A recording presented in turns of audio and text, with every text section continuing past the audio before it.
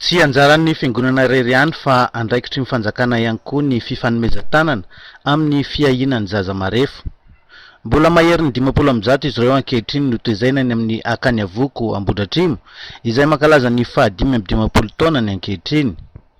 Anjatony maro ihany koa ireo tanora nofehezina satria nentina nanitsina ireo zaza naniny akany tany am-boalohany no efa manana ny tokantrano sy ny fiainany manokana ary tafita ara-pivelomana nandalo tao. Arak'izao hitantsika maso zao dia ireo ny ankizy marobe, ireo ny ankizy mbola beazina ary ireo solotena ihany avy amin'ny Maintomolaly.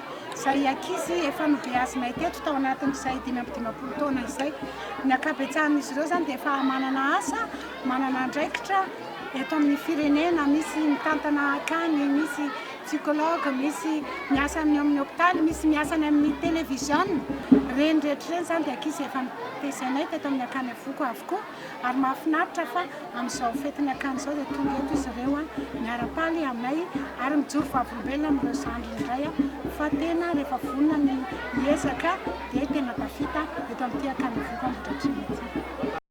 Ampolo taona mahery zao no natapahan'ny fanampinana avy amin'ny fanjakana Foibe ho an'ny isan-jaza natao ho an'ny akany. Fanampina azo lazaina ho bitika raha oharina amin'ny vidim-piainana ka nahatonga ny mpiandraikitra nikaroka hevitra maro izaka tena. Na izany aza miantso hatrany mpitondra hijery akaiky azy ireo ny mpiandraikitra. Mbola mila ampiakarina kely ny feo. Ny antony ny fiangonana dia manao zava-dehibe ny fijerena ireo ankizy, tanora, vehivavy ataontsika hoe tratran'ny fanilikiliana na manana ny fahasairanana manokana eny anivon'ny fiarahamonina. Ka tsy anjaran'ny fiangonana irery izy io fa misy anjaran'ny fanjakana koa ary tena misy zay voafaritry ny lalàna.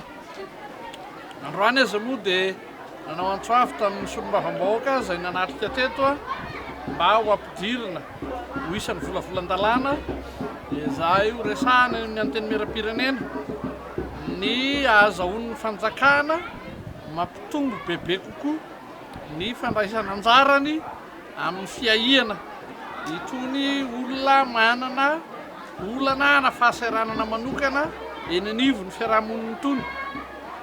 Raha mijery zahay no hoe afaka manabe olona no tonga tokony andraikitra eto amin'ny firenena miangy avy amin'olona tena tanatina fahasairanana atao anivon'ny fiarahamonina dia nangeza be zany.